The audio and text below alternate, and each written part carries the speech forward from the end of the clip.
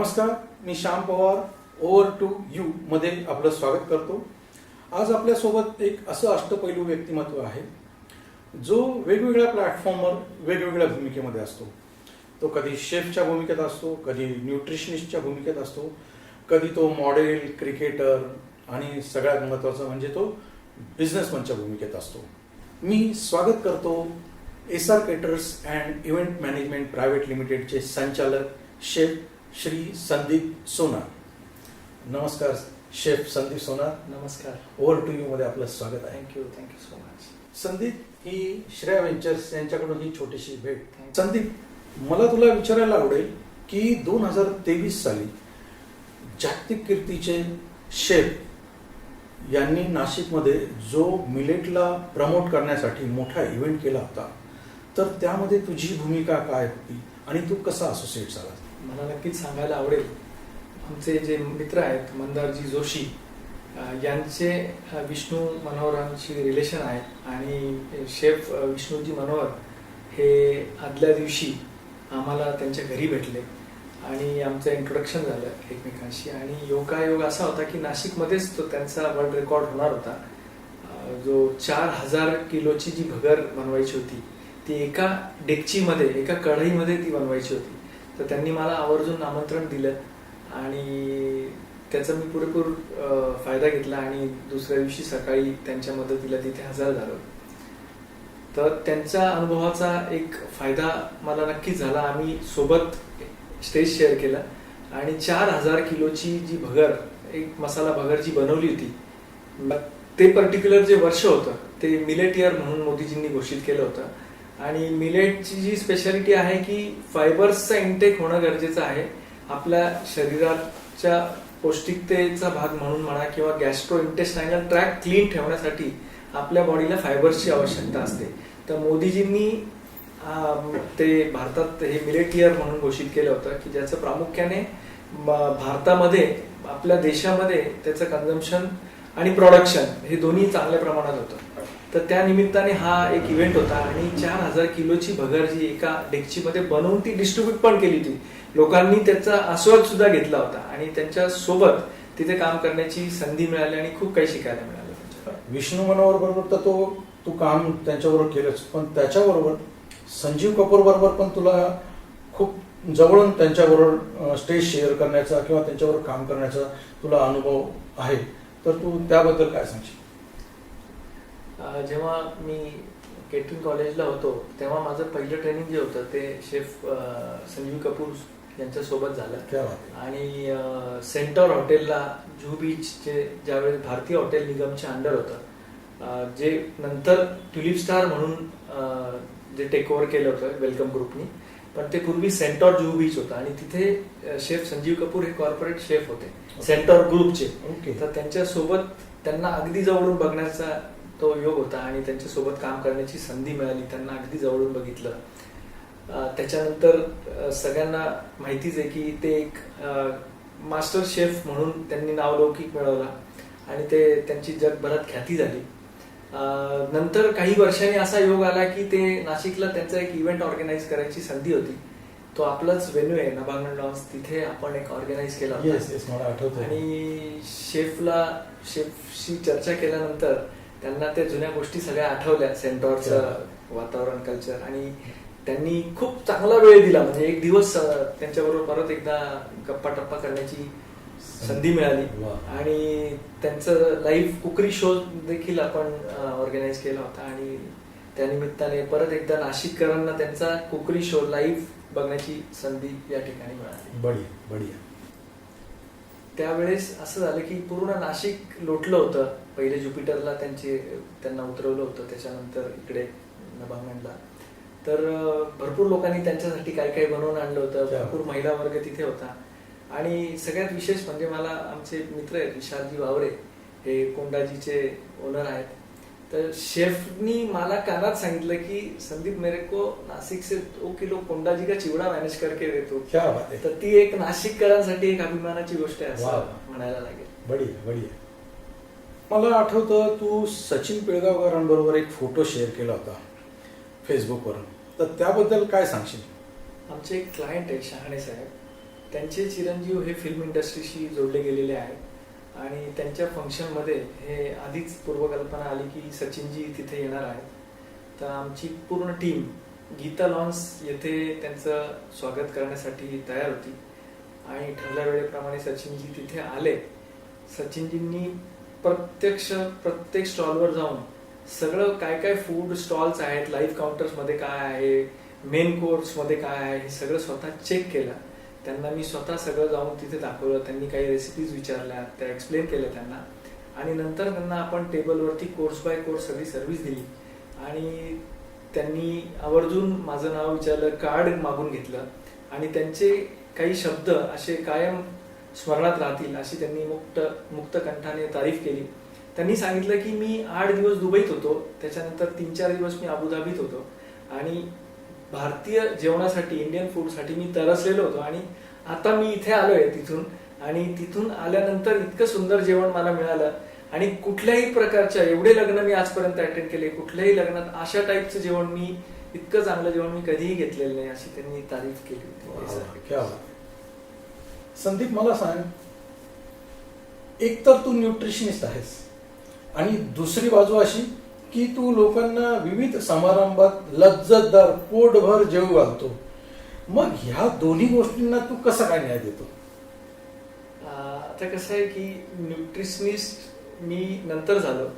Hotel management करताना आम्हाला एक सब्जेक्ट होता न्यूट्रिशनचा. तो बेसिक लेवलचा एक सब्जेक्ट असतो, फूड सायन्स अँड न्यूट्रिशन. त्याच्यानंतर मी, तुला कल्पना असेल श्याम की मी एक क्रिकेटर म्हणून पण होतो. स्पोर्ट्स मध्ये असताना, फिटनेस मध्ये असताना मला एक डाएट फॉलो करण्याची सवय होतीच. तर मी त्याच्यानंतर एक मुंबईत K11 सर्टिफाईड फिटनेस प्रोफेशनल झालो. त्याच्यानंतर IFSI कडनं मी न्यूट्रिशनची डिग्री घेतली. तर तो एक माझ्या पॅशनचा भाग होता. पण जर मला विचाराल तर मला जर कोणाला पर्टिक्युलर काही बॅलन्स डाएट करून किंवा काही कॉन्फरन्सेससाठी पर्टिक्युलर काही फूड जर पाहिजे असेल तर ते मी त्यांना प्लॅन करून देऊ शकतो किंवा कुठल्या स्कूलसाठी काही ठराविक कॅलरी इंटेक रिक्वायरमेंट नुसार बनवून द्यायचे असेल तर ते त्या टाईपचं फूड पण आपण प्लॅन करून देऊ शकतो. आणि नक्कीच की मी असं म्हणेल की जेव्हा जेव्हा SR केटरर्सचा इव्हेंट असतो आणि जेवणाची संधी असते तर तो दिवस आहे ना, हा डाएट पासून दूर ठेवा आणि दुसऱ्या दिवसापासून बॅलन्स डाएट किंवा डाएट चालू करावा. तो दिवस मनसोक्त जेवा. हे मात्र तू भारी सांगितलंस. SRK, in short SR caterers हा ब्रँड एस्टॅब्लिश करण्यासाठी तुला काय संघर्ष करावा लागला? सुरुवात जेव्हा केली होती तेव्हा कल्पना नव्हती की आपण नेमकं कुठपर्यंत जाऊ शकतो. आजही असं वाटतं की अजूनही भरपूर आपल्याला टप्पा गाठायचा आहे. नक्कीच खूप मोठी संधी आहे. पण सुरुवात केली तेव्हा खरोखर कल्पना नव्हती की आपण काय करणार आहे, की कुठपर्यंत जाणार आहे. जशी जशी संधी मिळत गेली तसं आपण स्वतःची कॅपॅसिटी एक्सपांड करत गेलो, टीम जोडत गेलो आणि काम करत गेलो. म्हणजे असं आपण म्हणू शकतो की मैं जिंदगी का साथ निभाता चला गया, हर फिक्र को धुएं में उडाता चला गया. पण आमचा जो धुवा आहे हा सिगरेटचा नसून हा कढाईचा धुवा आहे. कढाई लावायची जेव्हा जेव्हा जेव्हा संधी मिळाली तर नंबर ऑफ कढाईज आम्ही वाढवत गेलो. क्या बात है, बहुत बढ़िया. इनोव्हेटिव्ह शेफ संदीप सोना असं खूप साऱ्या मीडिया हाऊस आणि पब्लिकेशन्सनी तुला गौरवलेलं आहे आणि खूप साऱ्या कार्यक्रमांना, पाककृती कार्यक्रमांना स्पेसिफिकली तुला इन्व्हाइट केलं जातं. तर तू याबद्दल काय सांगशील? याचा अनुभव असा आहे की आम्ही रेग्युलर बेसिसवरती काही ना काही रेसिपीज आम्ही इन्व्हाइट करत असतो. तर माझ्या काही पर्टिक्युलरली रेसिपीज असतात. त्यातली एक रेसिपी अशी आहे की ती पेटंट पण केलेली आहे नावाने आणि ती आहे साबुदाणा मंचुरियन. वा, ही उपवासाला चालणारी रेसिपी आहे. काहीतरी वेगळंच म्हणजे ऐकतोय. अगदी. आणि उपवासाला चालणारी अशी ती रेसिपी आहे.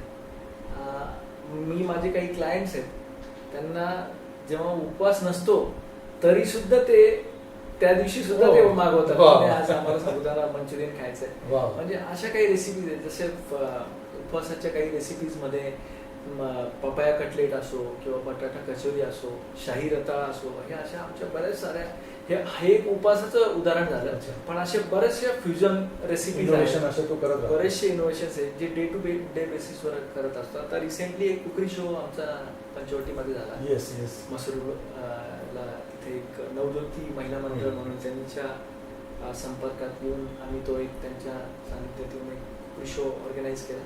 तिथे सुद्धा एक शेल कबाब मी स्वतः तिथे माझा शेल कबाब म्हणून क्या? शेल म्हणजे शंख आपण ज्याला हो, म्हणतो. हो. तर तो कबाब दिसताना तयार झाल्यानंतर अच्छा, शंखासारखा दिसतो. ओके. तो कबाब आम्ही तिथे बनवून दाखवला. ओके. सगळ्या महिलांनी तो अप्रिशिएट पण केला. वा. तर ती सुद्धा एक वन ऑफ द रेसिपीज. अच्छा. मग ती पाककृती वगैरे ते महिलांनी काही मागितलं किंवा काही विचारलं? त्यांना आपण पाककृती कला ज्या बनवून दाखवल्या वा. त्याच्या सगळ्यांना हँडआउट दिल्या. वा, तिथे. वा. जे आपण तिथे बनवून दाखवलं त्याच्या ओके. सगळ्यांना हँडआउट दिले. बढिया बढिया. तुझ्या मते लग्नामध्ये जेवणाचा काय रोल असू शकतो? मी तर असं म्हणेन की फक्त लग्नच नाही तर कार्यक्रम कुठलाही असला, काही कॉर्पोरेट इव्हेंट असो, घरगुती इव्हेंट असो किंवा for that matter any event, त्याच्यात जेवणाचा रोल हा खूप महत्त्वाचा असतो. जर जेवण चांगलं झालं तर लोक म्हणतात लग्न छान झालं. म्हणजे नो डाऊट की ॲम्बियन्सला पण महत्त्व आहेच, हॉल कसा आहे, डेकॉर कसा आहे, पण तो क्षणिक असतो.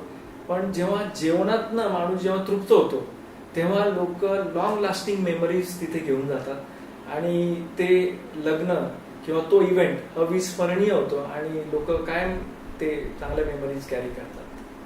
म्हणजे मला तर त्याच्यात असं जोडायला आवडेल की लग्न असलं तर मुलीच्या वडील जो काही खर्च करतात आणि ती मुलगी सासरी जाणार असते, तिला आयुष्यभर तिचे सासरकडची मंडळी हे म्हणतात की नाही तुझ्या वडिलांनी लग्न छान करून दिलं, तर जेवण चांगलं असलं तर हे आयुष्यभर कॉम्प्लिमेंट्स मिळतात. त्यामुळे खूप जबाबदारीचं काम आहे. बरोबर बरोबर.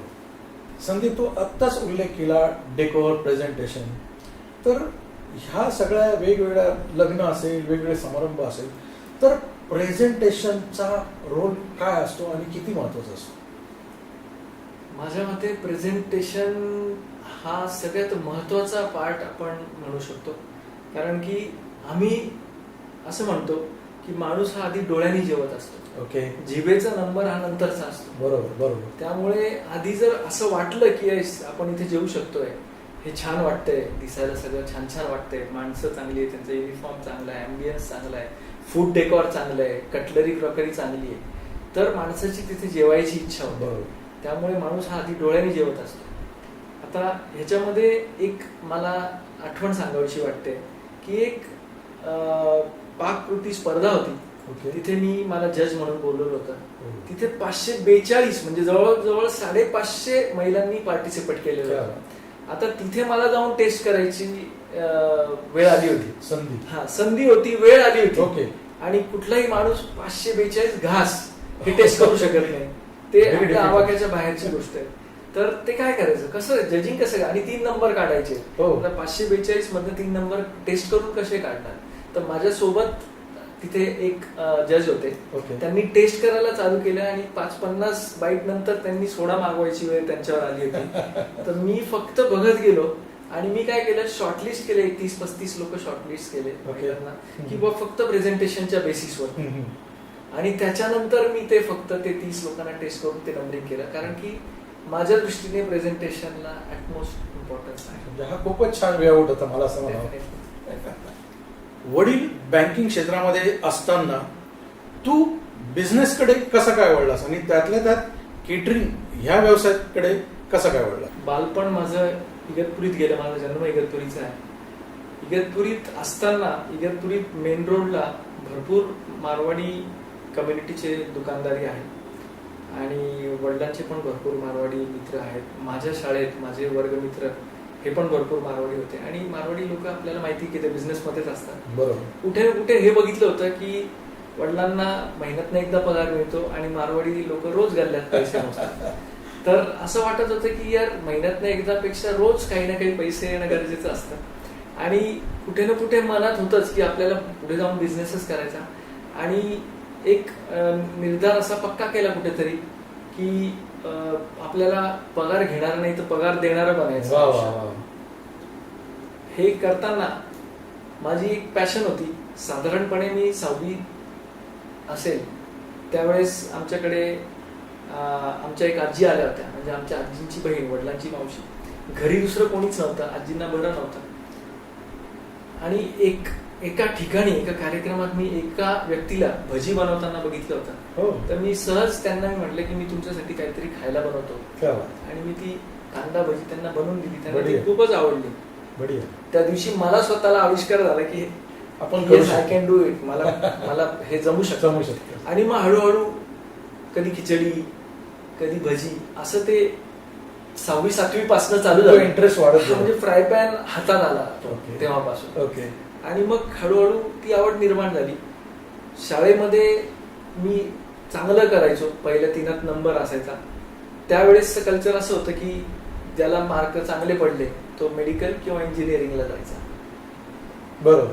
तर ते न करता मी हॉटेल मॅनेजमेंटचा मार्ग निवडला, कारण की मला ह्याची आवड होती, पॅशन होती माझी.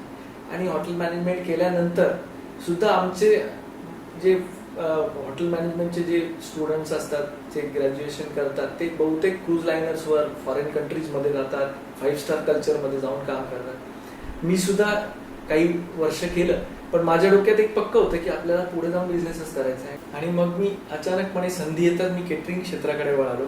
आणि मग ते म्हणतात ना की मैं चलता गया और कारवा बनता गया, कारवा बनता गया, कारवा बनता गया. क्या बात, क्या बात. शेफ म्हणून तर तू प्रसिद्ध आहेस, नो डाऊट. पण तुझ्या ज्या हॉबी आहेत, जसं क्रिकेट, सिंगिंग, मॉडेलिंग, तर ह्या सगळ्यांसाठी तू कसा वेळ काढतोस? हा ऍक्च्युली एक प्रायोरिटीचा भाग आहे असं मी म्हणेन, की जेव्हा जेव्हा जे आवश्यक असतं तेव्हा तेव्हा ते करायला पाहिजे. म्हणजे माझं वैयक्तिक मत असं आहे की एक आयुष्य आहे, ह्या आयुष्यामध्ये आपल्याला जे काही करता येईल आणि जे काही करून बघता येईल ते नक्कीच केलं पाहिजे असं मला वाटतं. क्रिकेट ही एक पॅशन होती. म्हणजे मी जर कदाचित जर केटर नसतो झाला, केटरचा किंवा शेफचा सीन जर माझ्या मागे लागला नसता, क्रिकेटचा नक्कीच लागला असता. तर त्यामुळे मी माझी पॅशन पण जगलो. क्रिकेटमुळे माझी भरपूर फ्रेंड सर्कल, मोठं फ्रेंड सर्कल झालं. आणि आपण म्हणतो ना कधी कधी की अरे हा काय बिझनेस करतोय, हा तर निम्म्या वेळ ग्राउंडवर असतो. ग्राउंडवर राहून मी निम्मा बिझनेस केलेला आहे. इतके माझे क्रिकेटमध्ये मोठं फ्रेंड सर्कल आहे. म्हणजे आता रिसेंटली जी रणजी ट्रॉफी झाली नाशिकमध्ये, कुणाल पांड्या, ऋतुराज गायकवाड, महाराष्ट्र आणि बडोद्याची मॅच होती, त्यांना सुद्धा आपण तिथे सर्व्हिस दिली. आणि सुरुवात जेव्हा आपण केटरिंगची केली ना, तर क्रिकेट फील्ड मधूनच बऱ्याचशा केटरिंगच्या ऑर्डर्स मिळायच्या. किंवा वडील बँकेत असल्यामुळे त्यांचा सपोर्ट होताच. बँकेचे जे स्टाफ आहे त्यांच्याकडनं ऑर्डर्स मिळायच्या. अशा ते सगळे म्हणजे बिझनेस सुद्धा होत गेला, हॉबी पण पूर्ण होत गेली, आणि लाईफ एन्जॉय करता आलं. त्याच्यानंतर सिंगिंग आहे, आवड आहे, एक ह्याच्यासारखं असतं, एक आपण म्हणतो मेडिटेशन करायचं. तर जिथे जिथे माणसाचं मन लागतं, मेडिटेशन म्हणजे काय की एकाग्र होणं कुठेतरी. जसं आपण म्हणतो ना की एक बॉल मध्ये एखाद्याला सर समजा 4 रन जिंकायला पाहिजे, आणि तो बॅट्समन आहे, त्याला जर सांगितलं अरे बाबा तुझ्या गल्लीत असा असा विषय झाला, तो म्हटलं 1 बॉल नंतर तू बोल काय जे असेल ते, मला आता फक्त 1 बॉलात 4 रन करायचे, दुसरं काहीच नाही. आणि त्या बॉलरच्या मनात तेच असतं की मला एका बॉलात याला 4 रन नाही द्यायचे, मला ही मॅच जिंकायची. तर ते मन तिथे एकाग्र होऊन जातं.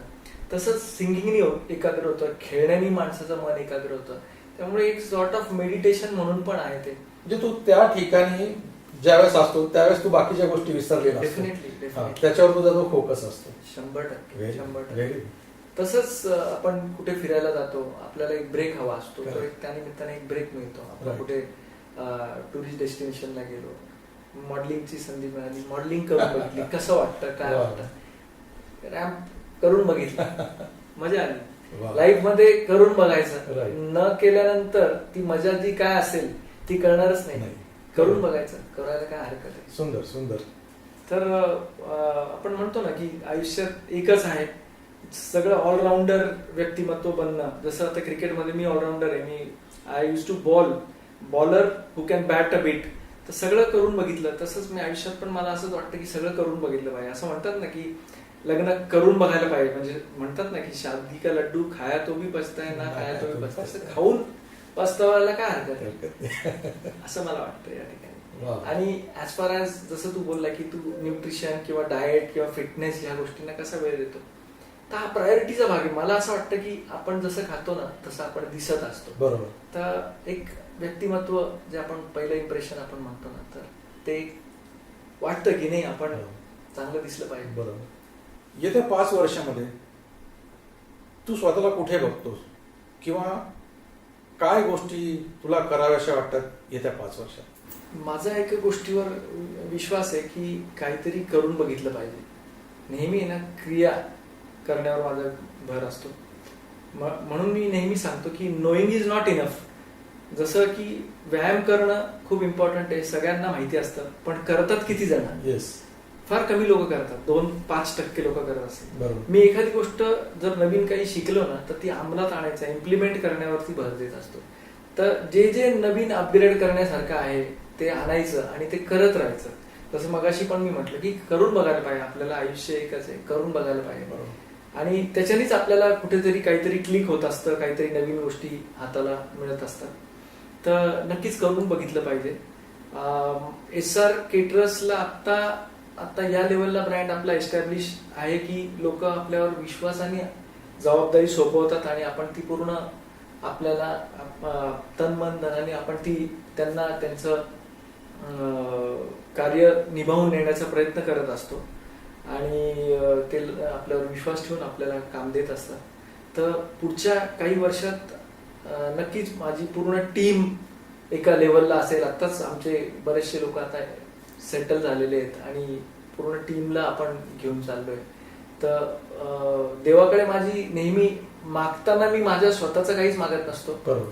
तर मी सगळ्या टीमसाठी, सगळ्या मित्र परिवारासाठी, पूर्ण फॅमिलीसाठी, सगळ्यांच्या आपण म्हणतो ना की सुखासाठी मी माझी प्रार्थना नेहमी असते.